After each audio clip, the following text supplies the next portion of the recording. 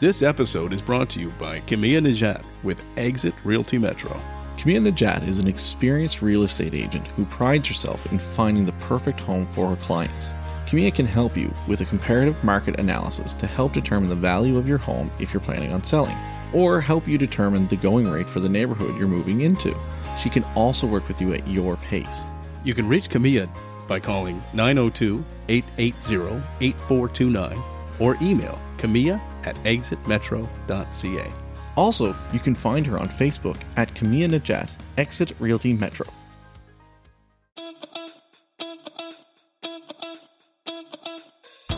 Cheers! Cheers. Welcome to the Afternoon Pint. I'm Mike Tobin. I'm Don Mills. Don Mills. Yes. So thank you so much for coming. I feel like I'm doing my own podcast here.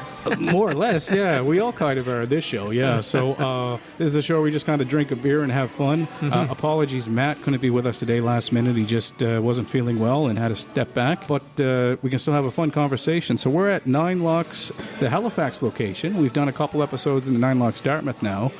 I'm enjoying today the White IPA. That's one of my favorites at Nine Locks. Yes. And you're having the Dirty Blonde. That's right. Yeah, no, I've had it before. I like it. It's a nice Beautiful beer. It's one of probably their most popular beers, yes, I'd say. is. Yeah. And they even have an alcohol-free version of that. Well, that's good to know. Really smart, right? Yeah. If you're having a second pint and you want to make sure you get home safely, it's smart to kind of switch it up and have something a little more reasonable Actually, after the first I have one. friends who don't drink, but they like to have beer, so that's good to know. Yeah, 100%. So, Don Mills. Yeah. I know who you are. Yeah. In fact, I was listening to your podcast on the way up here, and I was listening to the episode you did with John Risley. The gentleman you do your podcast with, sorry, is David Campbell. David Campbell. Yeah, he was the former chief economist for the government of New Brunswick. Right. So he lives in New Brunswick. Right. Yeah. And Mr. Risley was a great guest. Well, John is a fascinating guy. He's been involved with some big deals.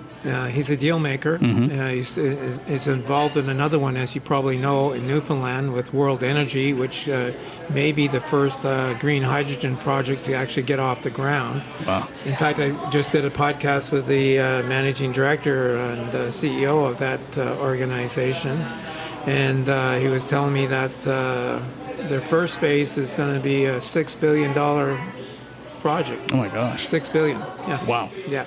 Huge things. And he's still very much in the game. And that's the vibe I got from that podcast. Not 100%. different from yourself, very much in the game. And you've had an amazing career as well. So I'd like to go way back. Sure. There was a good CRA in its time. Yes, that's right. That's Before very right. the CRA we all are thinking of right now. I just...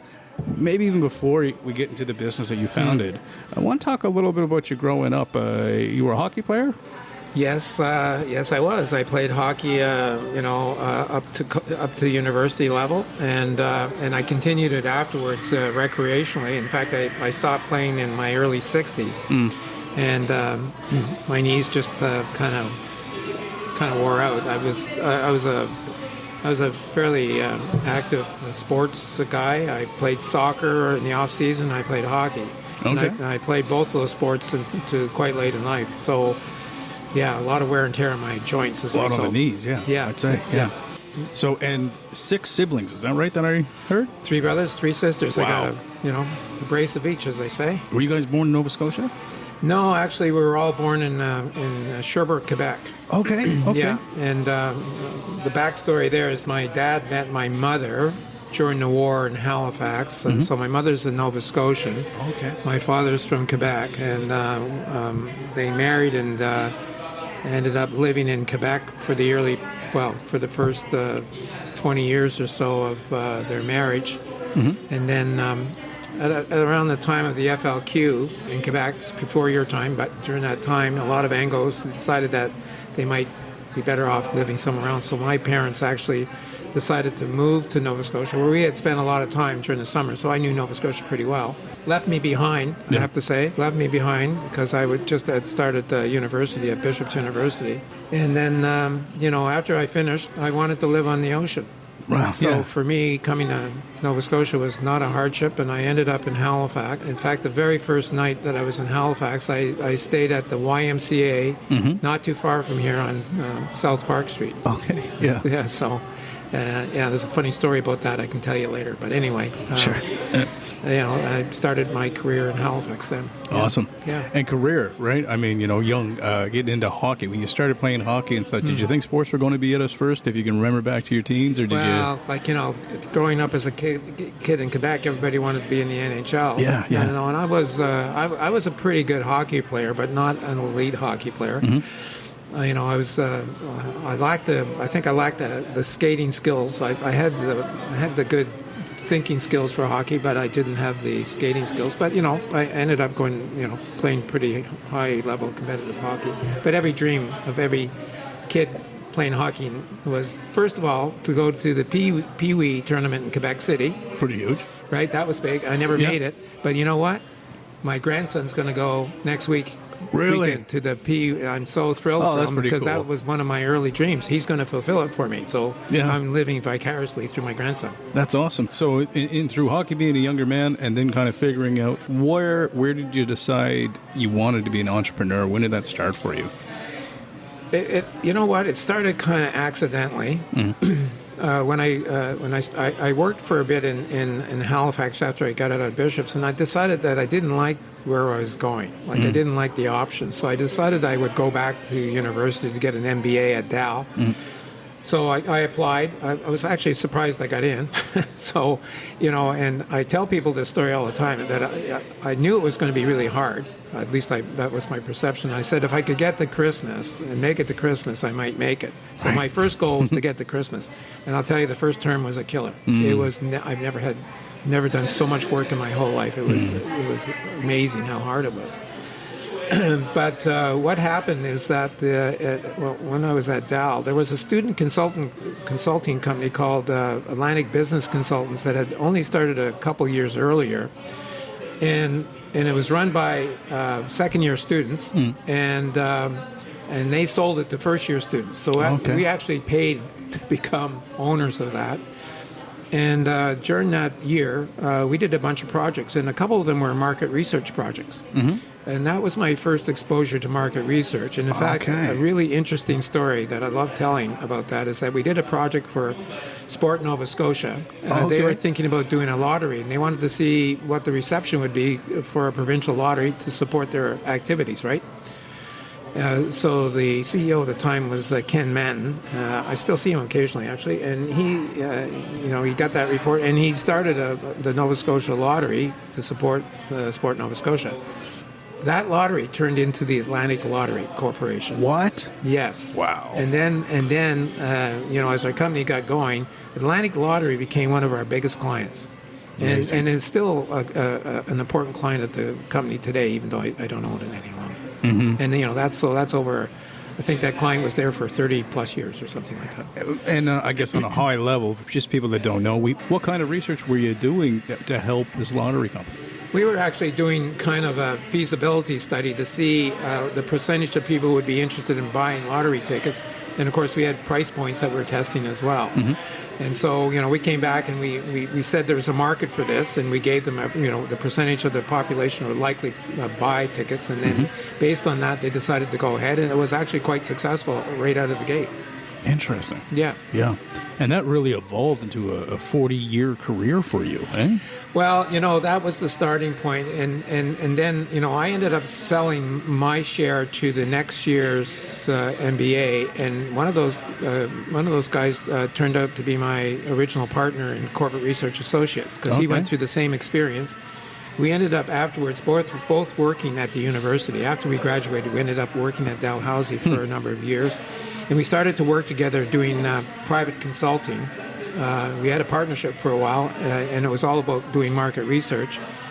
And then we said, we should turn this into a company. So we formed Corporate Research Associates, and we started to work at it harder. And then I eventually left the university. My partner Greg Trask stayed behind because we weren't really ready for that. And then, that's how it got really started. Hell of a risk. At the time, there was some risk involved. Of course, I had to give up a paying job for a job which weren't sure where the money was going to come from. So there, it was hard, and I had at that time I had a couple of young kids, so that makes it really tough. It was we just bought a house, my wife was working at the time, which helped a little bit, but there was it was a bit risky for sure. Mm-hmm. I don't look at it now as risky, obviously, but because it worked out, but it might not have worked out, but it did. How long were you at it before you really felt that it was just? You knew it was... We were going to make it? You knew you were going to make it. You knew you were on... I think it was year 35. I thought we were going to be okay. Because, every year in our business, you started fresh. We had to go out and find the business every year. Yeah. It was not the kind of thing that you get a residual. We tried to create recurring revenue products, but it was hard to do. You had to do... It was a project business, right? So we could only look ahead in the business three or 4 months at the best. We would see the sight of line and say, oh yeah, we got lots of projects in the next 3 or 4 months. And that's what you could focus on. You couldn't focus a year down the road. Right. So, that short-term pressure was always there. And of course, as we added people, the pressure of payroll became bigger and bigger. Mm-hmm. And eventually I stopped worrying about it, I have to say. But, in that business, you never were totally free. Mm. There was always a sense that something could go wrong. The economy could go wrong, or whatever could go wrong, and it would all fall apart. But it didn't, obviously. Let me ask you this: I'm just curious from the world that I'm kind of experiencing now. Is data, artificial intelligence, have those types of things stepped into this into this kind of field now that it make it? I think it's starting to have some application, but the thing about data is that it comes from everywhere, right? We used to concentrate on primary data where it didn't exist. We went out and got it, but we also used a lot of secondary data all the way through, and that's where AI, I think, will be a great assistance to the market research fields, because you could use chat, GT, whatever, to actually ask a research question to get some pretty good answers. So there are going to be applications for sure that will be involving AI. Cool. Yeah. So now, this business has ups and downs, and then after 40 years, from my understanding, you kind of stepped away. Well, about 30 years in. Was it 30 years in? Okay, sorry. I'm one of those people that I like to plan my life out a bit. Okay, So I was looking ahead and thinking, at that time I thought it might be, at year 35 I would want to sell a company and move on. Yeah. But I didn't. I started thinking about the transition and what the transition would look like. And of course, when you're thinking about transitioning your company, there's a number of choices about how you can do it. You can go and find what you would call a strategic buyer, and that would be somebody else in the industry who wants to, take advantage of what you built. Right. Or you get a financial buyer who looks at it and says, that business makes a good return. I'm going to own it and let management run it for me, and I'm going to make money on it. Or the third option is really to look at the people who helped build it and say, is there a capacity in the senior management group to buy it and continue to run it as a Nova Scotia-based company? And that was my preference all along. Okay. I wanted the company to continue to be owned by Nova Scotia, so that it wasn't a national picking it up and having a branch office operation here. Because I was very proud of one fact. We built a national research company out of Halifax, Nova Scotia. Beautiful. And we have a head office in Halifax. Yeah. And the company now does work, all over North America, frankly, and also in other parts of the world, out of Halifax. So we proved that we could develop a nationally based company in this region. And, actually it's a learning for many people to think about. We can compete with anybody in the world. Right. For sure. And I'm proof of that. And we're seeing, by the way, in the things that we're seeing, what's going on in the economy, we're having more and more evidence of companies realizing that it's not a disadvantage to be headquartered in the land of Canada. Right. You don't have to be in Toronto. You don't have to be in San Francisco. 100%. And I've through our podcast we've had a number of really great stories I can talk about that just prove that point. John Risley is a good example. Yeah. He's built I think 3 multi-billion-dollar companies out of Nova Scotia. So that's just one example. Yeah, and John, what I liked about that story with John, he I don't want to sound downplay him in any way. This is respectful, if anything. He's a very, very calculated, but very simple. Like in a sense of, he made the right decisions. And he didn't.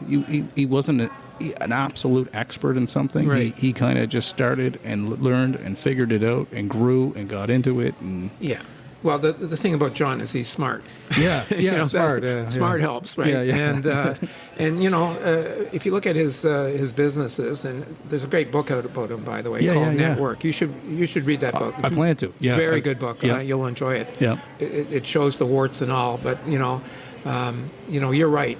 Most of the things that he did had a fairly simple strategic perspective. In fact, I've always kind of lived by, I think it's, Michael Angelo, who said, the greatest sophistication in life is simplicity. And it's actually a pretty good rule to think about how you lead your life. Right. And then back to you.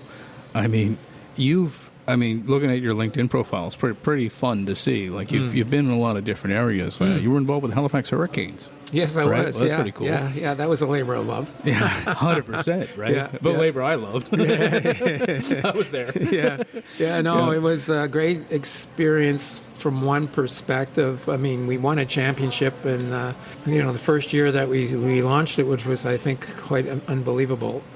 And that I remember that championship game that we played. It was against London, I think, and it was really tight, tough to win.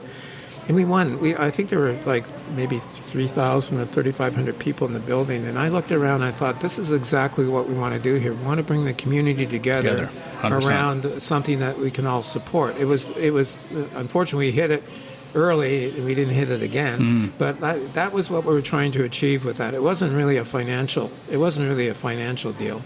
It was, what could we do to help make this community a better place to live? And if we had a professional basketball team, high caliber, providing great entertainment, and maybe bringing reputation to the city as a athletic sports town, that we would make a contribution to the community, and we did that in the very first year. Yeah. Unfortunately, we couldn't build the fan base, and we could never figure it out.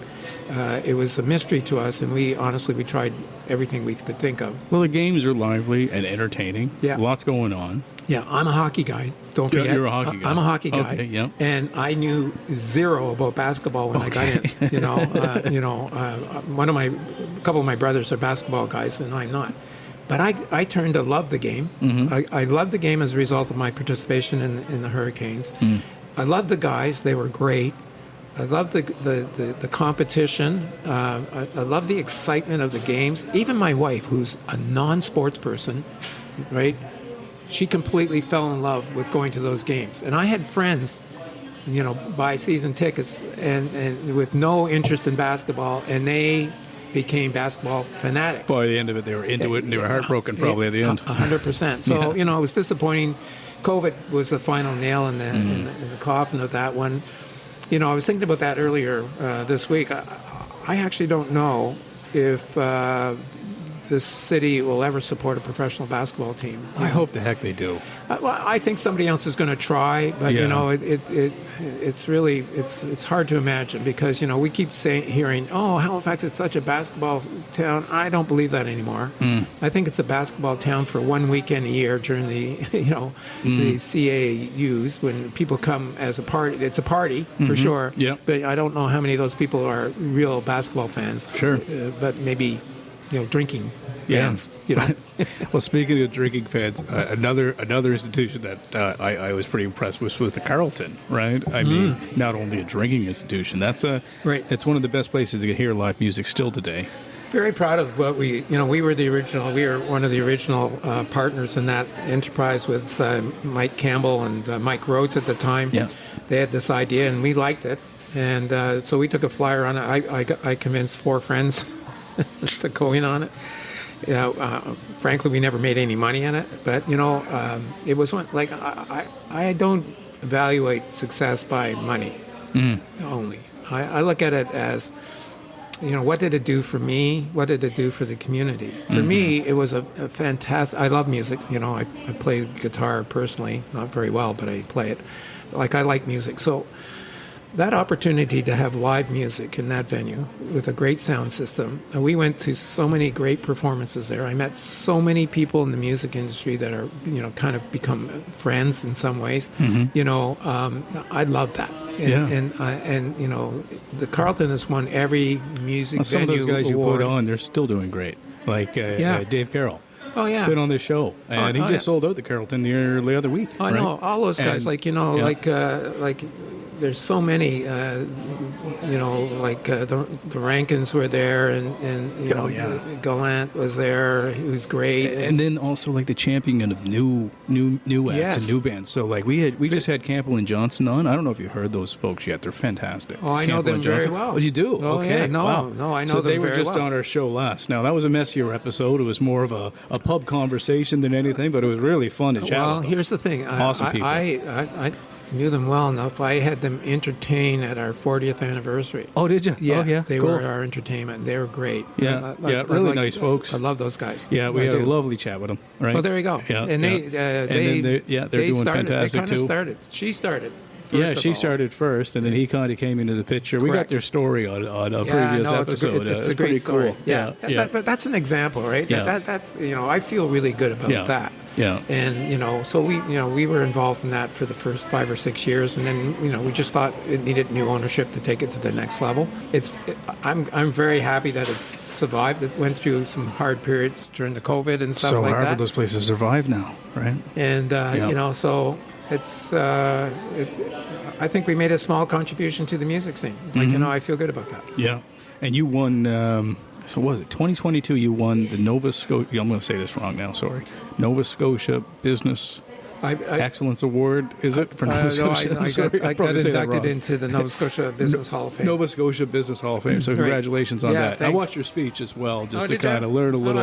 What did you learn? Found on YouTube. What did I learn? Yeah. I think you spoke really to the younger audiences about fearlessness and about getting out there and trying. And we need entrepreneurs. Right. It is a really good time to start. You injected a lot of positivity in that speech. Right. It came out in 2022. Mm-hmm. Was that right? Yeah. So that was a tough time, right? Because we just got over COVID. Oh, yeah. And I think just getting out and doing things.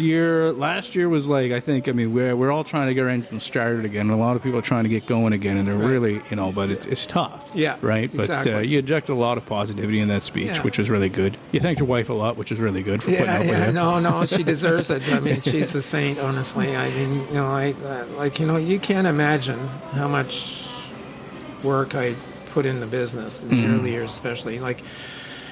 This people won't believe this, but spending 80 or 90 hours a week in the first few years, not unusual. And then when you get it going, bringing it down to 40 or 50 is like a break, right? Right. Not many people work 40, 50 hours a week regularly. But that would have been a regular week for most of my business career. Mm-hmm. That's what you had to do to make it work.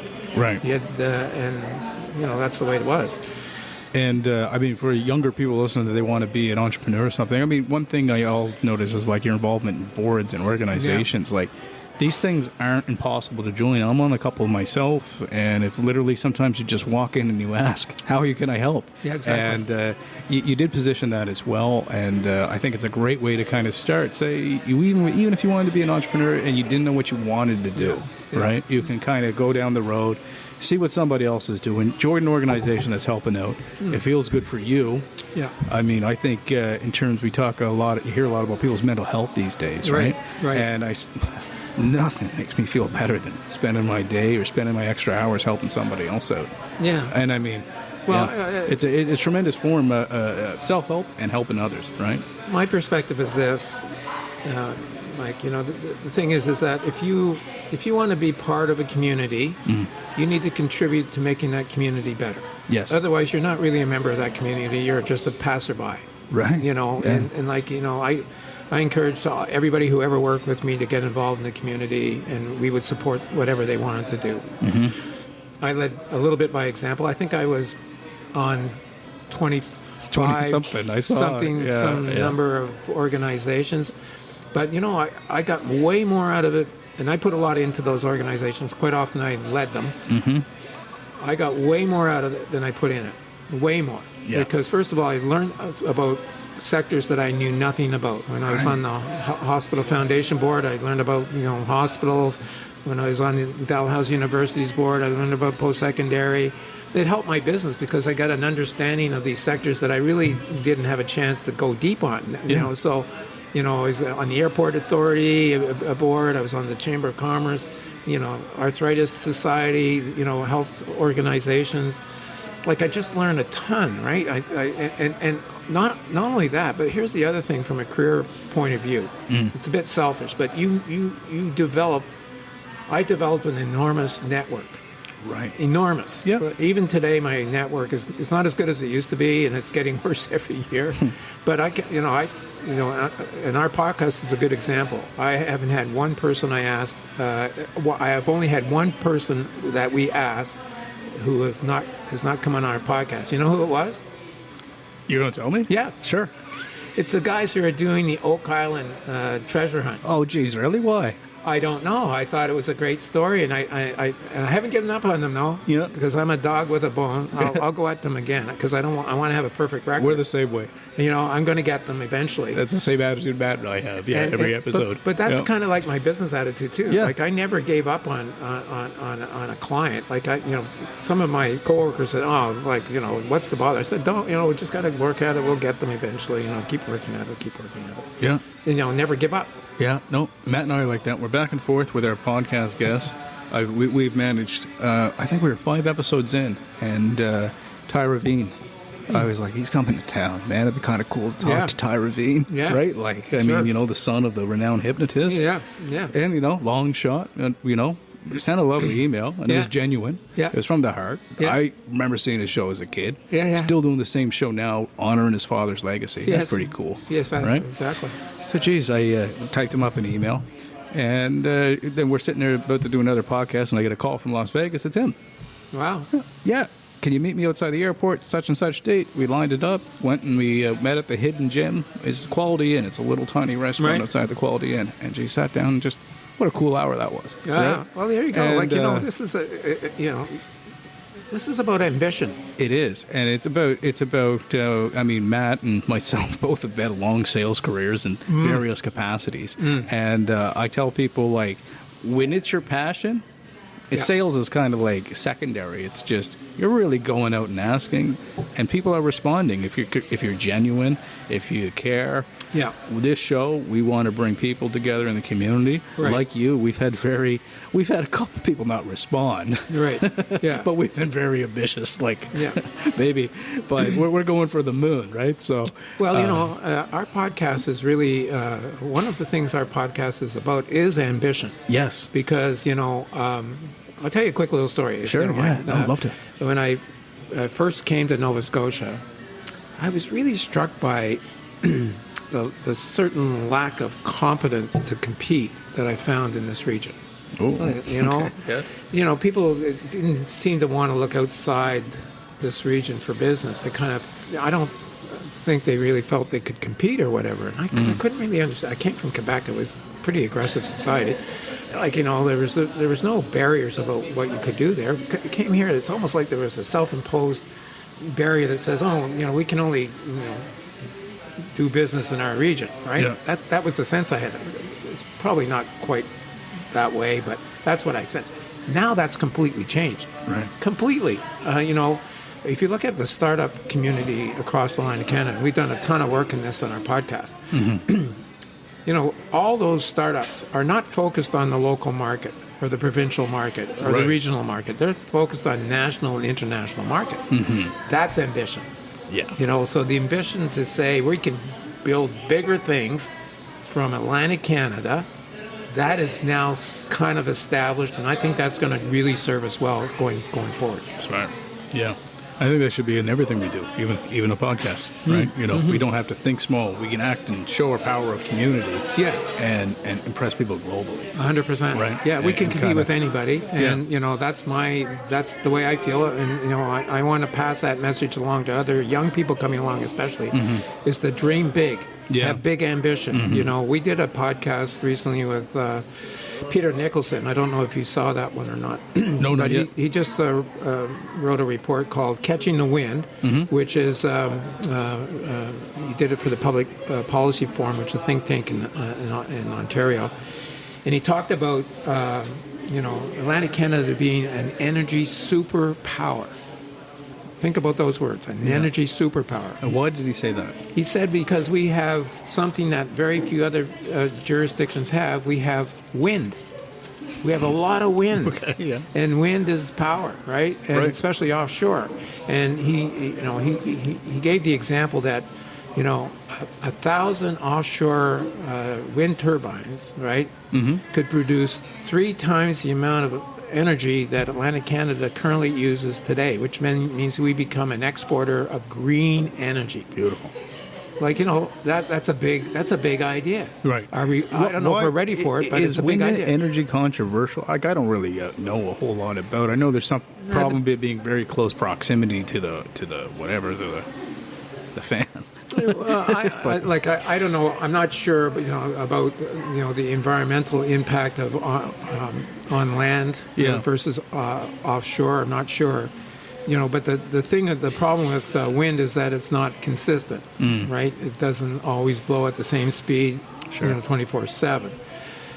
But on the offshore, it's pretty close to consistent, So it's an enormous opportunity. It's the same opportunity that Alberta had with oil and gas. Think about that. It's the same opportunity Quebec had with hydropower. And look what those two things did for those provinces. Right. So it could turn this region, into a have region and a prosperous, rich area, which to go with our great lifestyle. What a combination that would be. 100%. Right? Yeah. So, but you have to dream big. We can't have little ambition. We have to have bold ambition. Right. Right. So world ambition out of the shoebox mentality. Yeah. Now you've got guys like John Risley, right? Going to start a $6 billion project to develop green hydrogen in Newfoundland from onshore wind. Right. That's an example of a big ambition. Well, there's a lot of land that's just not being used. Newfoundland, it would affect nobody. Have you flown over Newfoundland recently and had a look? I'm from there. Yeah. Well, it's all woods basically. Yeah. The There's whole a lot of thing. woods. A lot of woods. 100%. I do want to ask, from an entrepreneur standpoint, from a hardworking standpoint, what would you establish as your main values?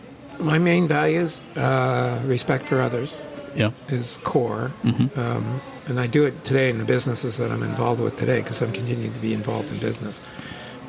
Make sure you treat the people who work with you as well as you possibly can. I had a lot of long-term employees at the research company, and that wasn't by accident. I think it's because I, treated them properly. And they're the ones that ended up helping me build the business. And that's why I wanted to have the senior management buy it, because they deserved it. They had helped build it, right? That's an example. So I think respect for others is a core value. Integrity is clearly important. Always try to do business in a completely honest way. I think that's really important. Here's an example, again, if you don't mind. When we first formed our company, we decided that we would be a nonpartisan research company, which meant in the early days we got zero government work because government work only went to partisan polling firms. If the government changed, they lost all that business, and the next group came in with their polling firm. Right. We didn't play that game. We said no, we don't want to play that game. We don't want to go, hot and cold. We want to have a consistent level of business. So we ended up building our business on the private sector, which I think was actually stronger. And then over time, as we became well known for political polling, right? We became the go-to source in Atlantic Canada for polling results that you can trust. Oh, okay. And that which means that I had media people coming to me and they would say, "Oh, we've got this poll, but we're not going to release it until we see yours," which was great, because they didn't trust anybody else but us. Cool. And then when the media started using us more and more as the source of polling results for what was going on in the various provinces, guess what? The government started thinking, if we were going to do public opinion research, we should do it with people that have, really strong reputations of being nonpartisan, right? Yeah. And all of a sudden, we started getting a ton of businesses at the federal and provincial level. Right. And, to me, that's an example of taking a principled position and saying we're not going to be either, one party or the other. We're going to be nonpartisan in the view that we take about politics, and it helped grow our business. In the early years, it hurt. Long term, it really helped. That's the same angle we're taking on this show. Yeah. Yeah, 100%. We try to ride the center road. Yeah. It's just because our thing was, when we started this, we said there's too much divisiveness out there. I mean, particularly on social media and stuff, people don't sit and just talk and just the community sense. Right. Everybody's mad about something and arguing. Yeah. Let's just bring people together, right, no matter where they come from, and get their story, get their perspective, their point of view. You'll find out, regardless of their politics, you're going to have probably a lot more common with them or learn something from them. And that's it. Much more to enjoy, right? That's it, 100%. And we don't want Canada to be, like other countries. We won't single anyone out, but we don't have to be a red team and a blue team. We can truly be one team. That's the difference in Canada. We can talk with people who support different political parties and have a mostly rational discussion. For sure, not 100%, but it never will be 100%. But you don't turn away and say, I hate those guys, and I'm never going to do anything with them, which is where the States are right now. And I don't see actually how they come out of it, honestly. It's scary, right? It's scary. We're watching it, and I have friends that live in the U.S. on both political sides, right? And I have my opinions, of course I do. But sometimes I realize they're still good people, good people on both sides. Yeah, exactly. The people I think of are fantastic on both sides. Yeah, right. Exactly. They just have their own perspectives. They have their own environment. They have their own deck of cards, or however you want to say it, the hand of cards that they play, and kind of go through life a little differently. Well, the one thing that we're finding with our podcast is that we're having conversations with some people that we normally would not have conversations with. Right. That's awesome. And like we just did one that will come out. Or just came out with Chief Terry Paul of Membertou. I saw that one posted, yeah. He's done an amazing job for his community. I'd love to speak to that guy. He's a role model for Indigenous communities. But, there's a big divide in our country between the Indigenous communities and the non-Indigenous community. And it's all based on misunderstanding and lack of understanding of each other, right? Mm-hmm. So here's an example of what Membertou has been able to achieve, if you don't mind me telling you this example. They intentionally, built infrastructure on their reserve that would allow the non-Indigenous community to come onto the reserve and interact with them. Brilliant. People to people, right? Mm-hmm. He told us when he's been the chief there for 40 years, if you can imagine that. Yeah. He said in the early days, if you lived in Sydney or Grace Bay, it was known that you should not go near Membertou because it was not safe. Mm-hmm. Right? Mm-hmm. 40 years later, those communities are interacting because why? Well, they've got a employment opportunity for off-reservation non-Indigenous people. And they work there. They use the facilities for the trade center for functions and a bunch of other things. They've got hockey rinks there where people come in. So what they're doing, they're mixing the communities together, integrating the community, 100%. And what does that do? It breaks down the stereotypes that you have about each other and opens up lines of communications. And he told us that he said that the relationships with the communities around them are really great. Right. That's what he did. That's probably the most important thing that he did, frankly. We need more of that, right? Yeah. A lot more of that. Yeah. Can't dispute that one. Right. Exactly. Yeah. So, Dawn, is there anything else you wanted to tell us before we go there? Well, there's one other thing I'd be interested in, just if you don't mind throwing in, because a lot of people have asked me after I sold my business 5 years ago. Okay. Think about it. Yeah. And, they said, how's retirement? I said, I am not retired. And, and I'm on a little bit of a bandwagon on this for anybody who's approaching the retirement age, right? You shouldn't think about retirement in the way that we typically do, which is, it's a time to slow down and relax and, travel, right? Yeah. You should look at it as an opportunity to use your skills and experiences in a positive way. And I actually planned for my post-sale, and probably not a lot of people do this, but when you get up every day and you have a strong purpose, every day you have to go and achieve a bunch of stuff. Yeah. You can't go from 100% to 0. That's actually not good for you. No, I wouldn't think it would. It's not good for your physical health or your mental health. And I've seen plenty of people who have not thrived in that situation. Mm-hmm. So you either have to gear down over a period of time where you maybe slow down your pace but continue to have a purpose in life. Yeah. And I firmly believe this for anybody who's listening. If you're retiring, have a purpose. It doesn't matter what it is. It could be learning how to play a guitar or speaking a different language or traveling or spending time with your have a purpose that every day you wake up and say, what do I want to achieve today? It doesn't have to be big, anything. If you come at the end of I need this. Maybe other people don't, but I need to say at the end of the day, I did something that had some meaning. Mm-hmm. Otherwise, that day was completely wasted.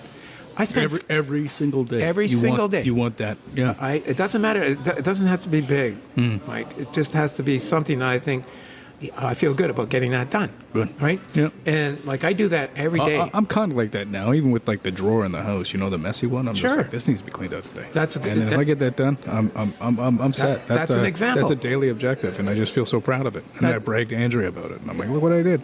No, that's exactly right. If you can, if you do that, you're going to lead a healthier life, because otherwise you get into a routine, a rut, and you end up doing less and less and less and less, right? And that's not good for you physically or mentally. Right. I get that. So I like to tell people I'm not retired, I'm repurposed.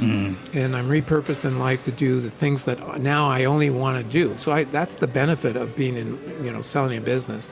You can choose to do the things that only you want to do. You can be very selfish for probably the first time in your life. You don't have to do everything that you've done before. So I've chosen to do things like the podcast. I've been writing a column for all the dailies in Atlantic Canada for 5 years now. Yeah. I enjoy that. I'm writing a book. You write a book? Yeah. Cool. I'm writing a book with David Campbell, my co-host. What's the, sorry, I'll just stop there for a sec. What's the focus on the book? It's really about what's going on in the economic side in Atlantic Canada here, which I think is really exciting. And, I think we've really turned an important corner. And the question is, how can we maintain the momentum that we've achieved? And so we're feeling very optimistic about what's going on here. We want to tell that story a little bit, how we got to where we are and what we need to do to keep the momentum going. So the book is, we've drafted it. It should come out this spring. Okay, and cool. So it's taken a bit of effort to do that. And then I'm invested in a bunch of businesses. I bought a business with my brother and my son that my son's running, Cabco, that you're aware of. Oh yes, Cabco. Right? Yeah. We bought another company since then called Lakeview Electric. We got into another business called Spaces, which is a co-working, operation in our new building that we built a couple of years ago. The Office Depot building? No, we're over in Dartmouth, Windmill Mill, in the Cabco OI building. Oh, okay, yeah, I know that's one. Yeah, so that's a good variety, right? And then I'm doing a few volunteer things as well. So now I have a complete life. It's repurposed, but it has purpose. Right. That's the important thing. It'll keep it going. I mean, I remember there was a gentleman I worked with. I volunteered with community theater in the past. It's because I wanted to learn how to be a director. But to learn how to direct a play, you have to learn sound, you have to learn lights, you have to learn every single little bit. I had to try acting. I had to do every single part of the bit to get to that director seat where I was comfortable enough saying, okay, now I know what I'm doing. Right. So I did all those things. There was a gentleman, and he passed away a few years ago. But he was almost 100 years old, and he would not, when I needed a set built or help on a set, I had one reliable guy that I knew would be there every day no matter what. Well, there you go. That's a good example. I gave him purpose to kind of get up, go, do something. He would just come up, and he would be there. And, when it comes crunch time and making a little play, right, and you sit 36 hours away from that play going live or whatever. Yeah. It's a tough moment, and a lot of people are exhausted, right? Because you've all been working so hard to make sure the thing works. And there was one guy that was with me, man, 10 o'clock 10 o'clock at night. We'd be Yeah. like, kind of like, okay, I will get some cheeseburgers at McDonald's. Yeah, Right? yeah. Well, that's the thing. Like, Yeah. if you look at the people who tend to live the longest and the healthiest, Yes. look at what they're doing. Yes. They're not sitting home doing nothing. Right. Well, there's that, and I think also the sense of, like you talked earlier, community, of just having people around them, having people 100%. supporting them. Secluding yourself is Right. dangerous. 100%. Right? Yeah. Never saw much more danger than that in COVID, when, you go from this super social kind of life to just... Yeah, Right? yeah. We were stuck for a minute. Yeah. It killed me. It killed my co-host Matt, like my good friend. I know. Yeah. Both of us were just like just not used to this kind of stop, right? Yeah. And I mean, now, go run, right? Yeah. Kind of grow. Yeah. You mentioned Matt. I just want to mention that Matt's mother, Kathy. Kathy, Yeah. worked with me for quite a few years. I know Kathy. She's amazing. Yes. Early on, Yep. she was really a great person to work with. She's still like full of life and Oh, I know. positive energy and funny. That's exactly Yeah. the kind of person you want to have in Oh, your, yeah, in your business. and then Matt's father, I mean, just to compliment his dad, too, he used to run to work, right, back and forth every day, 15 kilometers, right? And he's still working, Well, there you go. Yeah. just to do what he can to kind of keep busy, right? So Yeah. that's what it's all about. Exactly, Yeah. 100%. So agree with you. Yeah. All right, man. Well, thank you Cheers. so much. Yeah, Cheers. thanks for this opportunity. Awesome. I Thank you. enjoyed it. Thanks. It was great.